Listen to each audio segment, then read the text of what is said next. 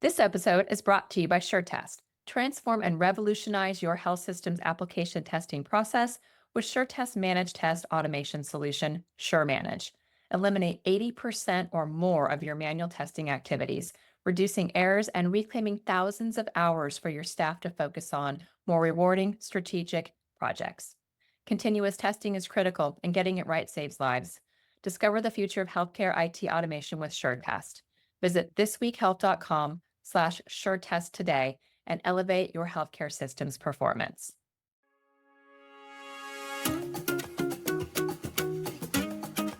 Hi, I'm Sarah Richardson, former CIO and president of the 229 Executive Development Community.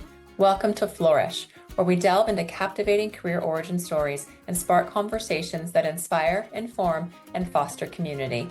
Join us as we explore the journeys that have shaped successful professionals and uncover the insights that can help you thrive in your career path. Thanks for joining us. Welcome to Flourish, the podcast where we explore career journeys, growth, and finding balance in an ever-evolving world. I'm your host, Sarah Richardson, and today I'm joined by Tovia Marinstein. As a young professional navigating the complexities of modern life, Tovia brings a fresh perspective on balancing career aspirations with personal fulfillment. We'll dive into the unique challenges her generation faces, like information overload, mindfulness, and creating a holistic identity beyond just a career.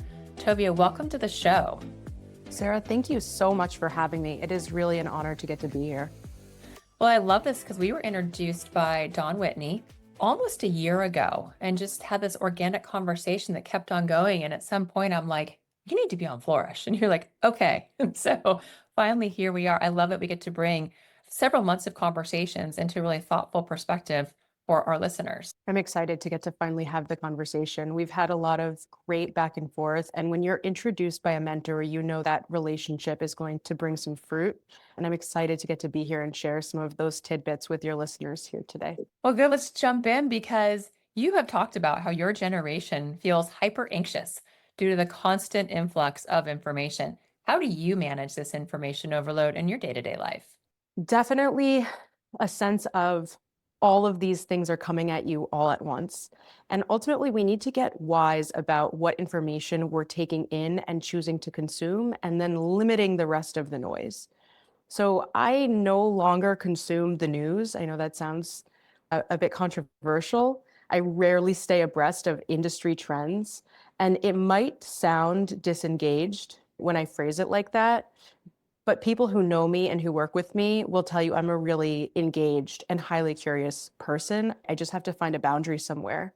With that lens of curiosity, you're actually probably more intentionally in the moment with people. And often we talk about active listening and the ability to really absorb what people are telling you by turning off other mechanisms of what may create noise in people's lives. How do you find yourself then engaging in a more thoughtful way with people? My job is not to be interesting. My job is to be interested. And so being able to take content in that's relevant to who I'm speaking to and what the context is, and not have the rest of that noise and chatter in the background in a way I'm trying to fill it in, allows me to be more present in the moment and to get to be there. Like, it's absolutely a mindfulness practice, though. Do you ever feel like growing up with more guidance from parents in general? I think we often hear about this as helicopter parenting. Has that impacted your sense of independence? And if so, how have you seen it shape your life? It's a good question. I am really grateful to get to say I don't think I grew up with helicopter parents, but I did see a lot of friends and close colleagues grow up with people who were highly involved in their lives and in small decisions that they were making. And I think it ends up being very limiting in creating this sense of, I'm able to do this because someone else told me what to do. I remember I went to school when I was younger in a more affluent area, and in the district over, there were a lot of highly engaged parents that got to where they got to because they took a certain path and they want their children to follow in that model. And I would see kids crying in the bathroom pretty regularly, getting B's on tests or A minuses. And I remember that distinctly different than the experience I was having at home, where my parents were glad that I was, taking the tests and doing the basic things. B's were great, right? And it's not to say that I didn't do well or I wasn't engaged. It was to say that there's a balance you need to find. And there wasn't that fear that if I brought something home that was different than perfect or excellent, that my choices later in life would end up being limited. And I think that gave me a real sense of I can do this and it doesn't have to be perfect or it doesn't have to look a particular way. Sometimes we show up and what comes after ends up being that bonus. At the same time, I have healthy input and guidance from my parents that I get to have. They had me a little bit later in life. And so I think I get to ride on that wisdom that they bring to a lot of context. And it could be super helpful to get input from people who have done this before, so to speak. Navigating the world is very overwhelming. And there are a lot of little questions that pop up. And having the ability to confer with people is an important way that we make decisions. And I'll say that getting to be this person now for people like my younger sister and cousins, and sometimes people I meet in the community, it's really a gift, especially in a context where there are so many choices that we can have around how to advise ourselves on a particular situation. And so as opposed to being that helicopter parent, right? Like I try to think about, can I lead someone to lead themselves to the decision? Like, can we ask supportive, guiding questions and just be there for people and know that they're choosing us? It's a great question. And I do think that we're seeing a lot of this sense of, oh my God, there's so much going on. How do I control what I can control? And sometimes that's kids, right? Well, and maybe sometimes, especially as we get older, we realize we actually can't really control any of it. And it's how we choose to handle certain scenarios. But you bring up this great point, which is essentially finding your true center when there are so many voices and so many opinions constantly coming your way. What is one of the ways that you balance yourself and find those moments of really like introspection when there are so many distractions? When we go back to the basics and we think about sleep, feeding ourselves healthy food, which creates, that's the energy we have, what we put in, we get out. When we have healthy social lives and engage intentionally in our communities, and when we exercise, we are taking care of ourselves, allowing us to show up from this place, from our center, or our true center, as you're calling it, and have those pieces that go out and touch the rest of the world. I probably monitor myself closer than most people. Staying in a sense of like homeostasis or stability is really important to me and my ability to be healthy. And so interrupting any sort of downward spiral I'm feeling, like a mood drop or energy drop, with a walk, with food, with a phone call to a friend, it's like a million micro touch points in a given day. Recognizing I'm no longer being productive at work right now. Okay, I'm going to have to take a pause and I'm going to have to go for a walk here or something. As much as I'd like to continue to plug away and to keep going, there's something else that I need right now. It's not a, I go to a retreat and I find my center. It's hundreds of times in a given day, making sure that we're coming back to that place of alignment and then moving into our next decision, our next conversation, our next meeting with the sense of groundedness that we can bring when we are healthy. I love that you lean into that because I tell people sleep, nutrition, hydration, exercise. Just start with those four things and you'll probably have a relatively well-balanced day or moments because those are all building blocks of how we function most effectively. And they get skipped a lot, especially just grab things on the go or reaching for just that easy fix. And you're like, hey, sometimes you have to really be thoughtful about even planning to go fill up your water bottle and have it available to you in any given time. But there is so much focus on career success, especially for your generation. How do you make sure that your personal interests and relationships are also thriving? So I'm going to touch back on our last question to sort of answer this question. You added one of the four things to your list that I dropped, and I added one thing to my list that you dropped. Hydration is one I'm going to add. So I'm going to go to 5 here. And I'm going to say hydration is in my list. And I think healthy social interaction is one in mine that I tend to be particularly keen around because I work remotely and I live alone. And so I need to intentionally socialize myself or else I go a little bit crazy. It is not the same thing as sitting on Zoom calls all day as it is to look someone in the eye and read their body language and have that passing of all the nonverbal information. And so I think partly I'm always looking for those connection opportunities. And I think that it's something that I think about as keeping me healthy, which helps me to prioritize it on my list of basics, if that makes sense. It absolutely does, because there's also part of our identities that get wrapped up in our career. And you and I have chatted, that's just one part of it. And how do you maintain perspective on that? The pressure to have an identity of this is what I do for a living as well as saying it's a part of me and not all of me. What does that look like for you as you think about the things that you do for fun, the things that you do for work, etc.? It's a really important question. And it's one I'm evolving in my answer to. I think I really struggled with this when I first started working because you feel excited and important and you're making money for the first time in a significant way. Many of us are in their lives. And you want to keep hitting that button of like, this is okay, this is success. I'm doing a great job. And it took going through a period of time where I was really unhappy in my work and in my role to come to a place where I realized work is not going to fill me up. It offers a lot of things for us, right? We need healthy interactions socially, that work gives that to us. We get to be playful and creative often I get to be playful and creative in my role. I get to solve problems, but it's not fundamentally going to be able to touch all of the different pieces of me that you're talking about. And so I think during that period of time, needing to reconnect with those pieces that I was neglecting or I was only touching through my work became a really stabilizing way of getting through that hard time. And now that feel on the other side of that challenge, they become an important way that fuel me to be able to show up. And I'll add that I think having a strong, like, spiritual practice that has continued with me throughout my life gives me a sense of like, there is something greater than this computer I'm sitting in front of, and I am made for something greater than sitting in front of this computer. And it gets to be a means to allow me to do those things, but it's not the end goal. It's not the only thing that I am here to do. I love hearing you say that because there are so many choices around employment, financial planning, lifestyle, etc. How do you go about making important decisions? Is it a matrix? Is it your personal board of directors? Is it phone a friend? Like, what are some of the criteria you use to make major life decisions? It's a great question. I think our matrix ends up being our literal matrix, our DNA, right? It's our gut, it's our sense of past experiences lived through us and through that personal board of directors that we get to phone and borrow from. My sister talks a lot about analysis paralysis, and when there are too many options that are on the table, it's harder to make a decision and we're more likely to actually walk away from that table. So one of the things that we struggle with, or I struggle with growing up in this time with so much information and so many choices, is that at the end of the day, you need to make the choice. I'm a big Arthur Conan Doyle Sherlock Holmes fan.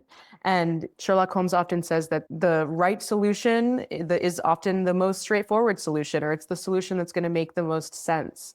And there is nothing wrong with choosing the choice that feels the most attackable or the easiest or actionable.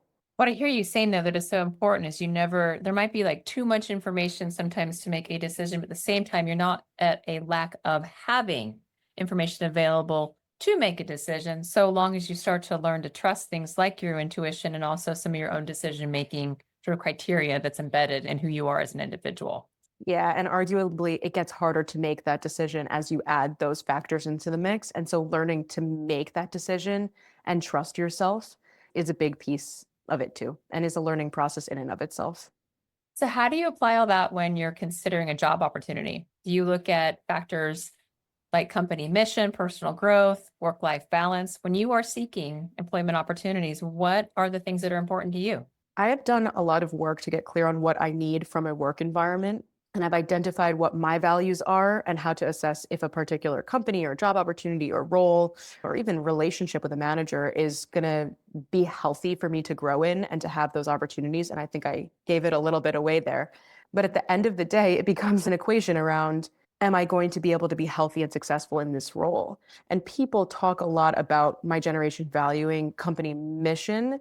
And I think that's true as an idea and an ideal to a certain extent, but we need to be realistic, and we're working to pay our bills and make sure that we have healthcare and provide for our families. And so it becomes rather black and white. Like, can I do this job? Can I be healthy in this job? And I think that the factors around company mission and personal growth and work-life balance come into the equation when you think about things from that lens. If I'm working for an organization that is in some way counter to who I am or to what my values are, that opportunity isn't going to be healthy for me. It's not going to foster growth for me. And ultimately, I can't do that job. So it's sort of a prioritization list, and who we are has to lead that equation. When you take those considerations that you've shared with us, your ability to really use decision-making criteria appropriately, how do you also apply that to avoid feeling overwhelmed by some of the expectations, maybe internally and externally, when it comes to your career path? I'm not always successful at avoiding feeling overwhelmed. Like sometimes we feel overwhelmed, and we have to remind ourselves all we can do is what we can do. And we need to go back to those basics and say, am I getting enough sleep in a regular way? Right? Like 8 hours from noon to midnight is not what I would call regular or healthy sleep. Am I consuming not just food, but media and digital content and food that are healthy and productive and in a timely way? Am I engaging with people in a social manner? Am I staying hydrated? Thank you, Sarah, for adding that one to my list. And that's what I can control. And then I need to show up and play full out every day and stay hungry and make sure that I'm covering my basics there.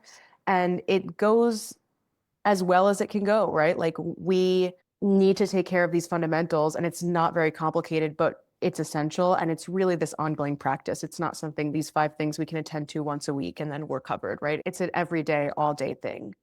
I'll add as well that once I get down to the bottom of what I'm overwhelmed about, if I'm able to get that clarity, there's usually a thing or two, and tackling the thing head on, writing the emails and paying the bills and tidying up or doing the laundry. It releases bits of dopamine when we do those things.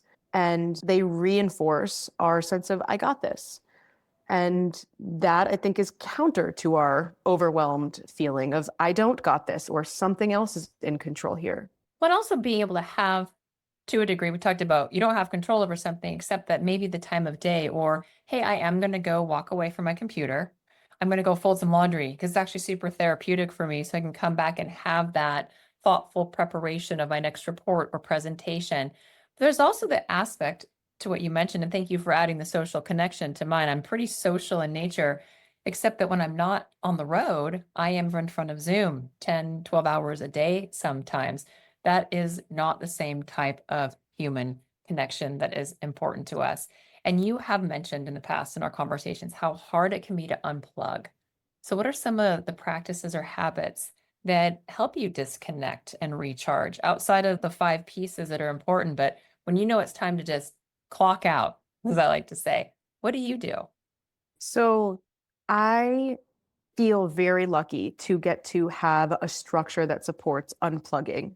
And I have worked to incorporate this structure into my life as an adult. I've been working in the past few years at taking on more of the practice around Shabbat, which for the Jewish community is a 25-hour, no technology, no media, no phones, just focus on your family, on your friends. You can plug in a spiritual or religious way if that feels appropriate for you.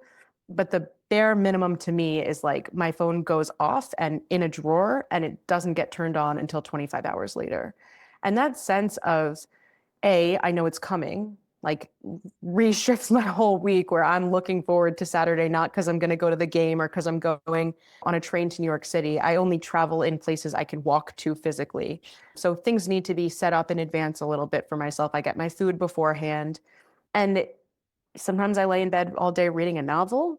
Some days I go play basketball with friends. Some days I do feel it's important to connect back to my spiritual and religious practices. But it's not just Jewish culture that talks about disconnecting for 25 hours from technology. It's become a really recharging period of time that doesn't always feel as fun when you're in it, but I've started to notice allows me to show back up on Sunday morning and on Monday with a sense that sometimes you get sick and afterwards you're like, oh my God, I'm back at it. I'm back to myself. My energy level is back where I felt like it used to be. I get to have that almost on a weekly basis, and it's really special. I have to ask though, too, when you know you're going to spend those 25 hours, to your point, you said, I plan things so I can walk where I need to go. People know when to expect me. I don't have to text somebody like, where are you at this particular moment? There's got to be a sense of peace that comes with planning how you're also going to use that time so that you don't need your phone. Yes, and it allows me to wander. I think what we lose a lot in all of the technology stimulation is wandering, not just around physically, but also our brain. And that downtime of daydreaming and of drifting off into unstructured, unguided thought ends up being this core function of how our brain has learned how to work and evolve that we don't really practice anymore. So there's absolutely the planning of saying, hey, I'm coming over for lunch. And there's a freedom of saying, I'm going to end up somewhere for lunch. It might be at my house, it might be somewhere else, but there's no schedule I need to stick to or thing that's guiding me. I get to do what I need to do. And so little of what we do today is centered around or is guided by, I'm doing exactly what I want to do. Like whatever I want to do in this moment, I'm just going to go do it. And so many of the great scientists and artists and technologist entrepreneurs would take time out every day to literally do nothing. And maybe it was 10 or 20 minutes. And people say, I can't take 25 hours off of a given moment. Hey, I'd try 25 minutes. One of my friends, Kim, was on the podcast early in Flourish, and she said, start new habits 5 minutes a day. If that's all you have, start with those 5 minutes. Now, it might take a very long time for 5 minutes to add up to 25 hours, except that I bet when people start to practice the art of being able to just truly unplug, that happens much faster than people may realize. This role for me is the first time I haven't been on call in 30 years. And the sheer freedom of not taking my phone with me on a hike on a Saturday in case something happened took a few weeks to get used to. And I'll tell you, I absolutely love it. We work often on the weekends and we host our events. We go to different cities. Those weekends when I'm home, I don't need my phone. And it's a pretty special thing, to your point, to know that basically it's that ability to just allow yourself the freedom to be. And you don't realize how tethered you are all the time until you aren't. And I have to ask you then next, how do you create the boundaries to protect your mental well-being, especially when work and personal seem to overlap? You can take a time out, but what about the rest of the week when the lines are pretty blurred? Great question. We have entered this new work from anywhere age, and not everyone has that ability. But I think it permeates a large sense of how we work and what we do when we show up to work, where we have this flexibility to focus on the work that we need to get done, no matter of where we're doing it from or what hour of the day. And when the time comes to get that work done, we roll up our sleeves and we get the work done. And it gives us that flexibility to say, you know what, I'm not feeling so great right now and I'm getting nothing done. I'm going to make a healthier decision for the company I'm working for and for me. And I'm going to pause and I'm going to go for a walk. And when I come back, I'm going to sit back down and I'm going to do my thing. I'm not going off to lay on the beach for 4 hours. It requires, when we talk about boundary setting, dialing a little bit in or turning up the volume on our integrity and our work ethic. But it gives us that flexibility and freedom to do what we need to do to get to that place where we can do what else we need to do. It is those boundaries that allows us to have those periods of time where we can unplug. So the how might be to say, this time is going to be incredibly important for me and I am going to unplug. I can't be there on Saturday night or I can't be there on Friday night. I will be there online with the rest of my team on Saturday night, and making sure that's communicated clearly. But we can't sacrifice on the pieces that we know are keeping us sane and in check. Shabbat is a no zone for me. The phone's not going on. I love that no zone. Like it just needs to be like its own campaign. How much do you believe, Tovia, if your generation considers how their career is defining them? Do you get a sense that there are more people who had the benefit of an upbringing like you did, where it was what you were going to be when you grew up was part of the conversation, not the whole conversation? Where do you really see maybe some of those discrepancies? And I want to add, what advice do you give to people who are trying to figure out how to navigate what you have figured out?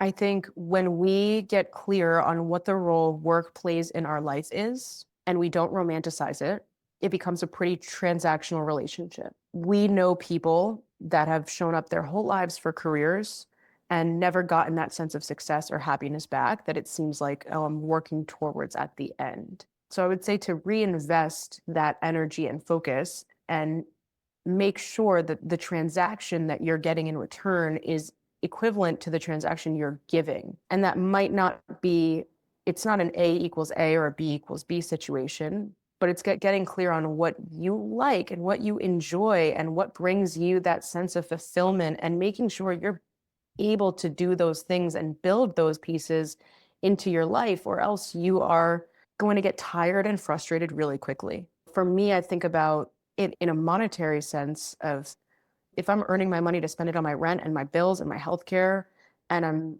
saving for my retirement and I'm saving for XYZ, and I'm not spending it in any way on one massage a year, which is like such a low ball or something, right? Like, or something that feels super nourishing to me, what is that mental relationship I'm building with the amount of time I'm putting in to make that money?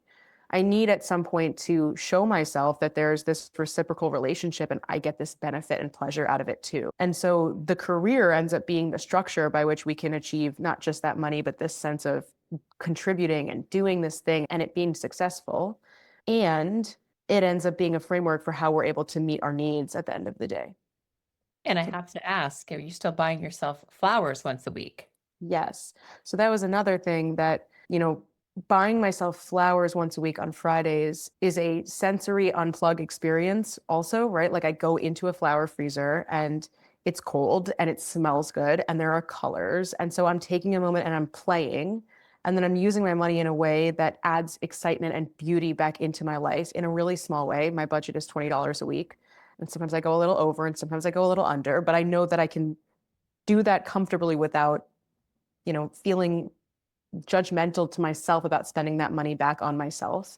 I play basketball on Wednesday nights with a group of women in my community, which is, again, a super sensory experience. It's loud, it's fun. We play loud music.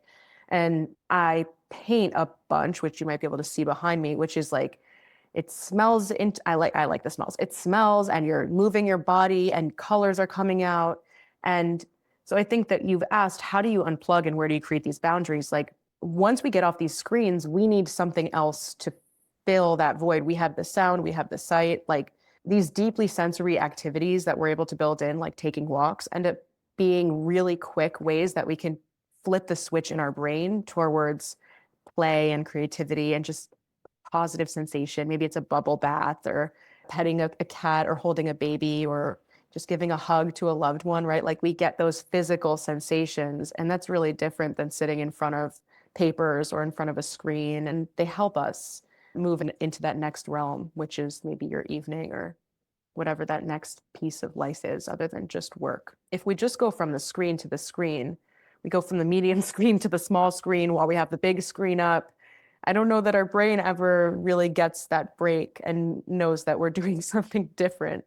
I honestly don't know how people watch TV and be on their phone at the same time. We are not programmed. Science proves that we cannot multitask. And so something's being given up contextually and all of that. And to me, it's just going to be all of that noise. And you've painted literally the pictures behind you that are beautiful, but this purpose around life that says, hey, I buy flowers, I paint, I play basketball, I unplug. Like everyone should be doing a version of those things, and the ability to just find that sense of gravity in your true self, regardless of what you do for a living, regardless of all the expectations that are placed upon you, knowing where to implement those things in your life is so, so key. Like you have a roadmap for any generation. I am a highly sensitive individual that gets a very quick feedback loop in my system when things are not working. And so having to implement these things is not just this is fun, but is really come from times of this is super not fun. And so it comes from wisdom that's been shared with me and passed down. And I'm glad that you feel like it's valuable because it works for me and I'm going to keep working the program. It needs to. And then you keep iterating it because honestly, when I was younger, there were things that I wish people had told me about how to spend your time or how to think about things. Not that I necessarily would have always listened, because let's be honest, I sometimes don't listen now. And this the importance of taking time for yourself and not always just pushing to have the career, to have the next promotion, to do the next thing. Life is not a series of check boxes. It really is more about those experiences that can lead to something that's so much more fulfilling than just saying, hey, I did that. But what did you experience when you were doing that? So thank you for bringing that perspective. We've covered some heavy territory. I want to get into some fun speed round with you, if that's okay. It is absolutely okay, Sarah. All right. You've given us a little bit of a view into your weekends, but favorite way to spend a weekend morning? Productively, I mean, I'm sitting all day on Saturday reading and playing games with friends and family, and that's nice. And then I'm excited and ready to get back to it. So I like to do my errands and get out of my house. I work from home, so getting to be out and around new stimuli on the weekends is really nice for me. And it's a really just yummy feeling to get to go out and be in the world. If you were to master a new skill, anything, what's it going to be? This is embarrassing, but ChatGPT. I want to get better at my prompting abilities and at figuring out how to use this new tool that is really exciting in a way that's going to be healthy and be impactful and not. I feel like when they invented calculators, people stopped being really good at arithmetic. And there's probably a part of our brain that we're not playing with as much anymore. I want to make sure that I'm using it mindfully and I'm not losing my ability to do some of the research and other things that I'm passionate about. And so I'm wary and I'm excited. So I have a pretty cool infographic about prompting chat, Claude, whomever, for different types of information that you're seeking. I will send that to you because it's fun to play with it just to see what it's producing. We use it all the time here at This Week Health to figure out, are we capturing the right information in general? And so my boss, Bill, just did an experiment where he basically did a deep research dive on all of us. And we're like, oh, that's creepy because it's about 90% right. And it goes back to like, 20, 30 years of information. If it's out there, it can be found, period. That's why I always counsel younger executives or people younger in their careers, careful what you put on social media because it lives into perpetuity. And maybe what you did in your 20s isn't something that you want talked about in your 50s. So just really having a perspective that the always on culture means that it's always going to be found out as well. And so just being really careful about decisions that you make at any point in your life. But I definitely have some fun prompts and I can send you from an infographic perspective. Okay, last speed round question. One book or even podcast that's had a really big impact on your mindset. I feel like the goal of this question is to create an opportunity for others to pick that up and to pass that knowledge torch along.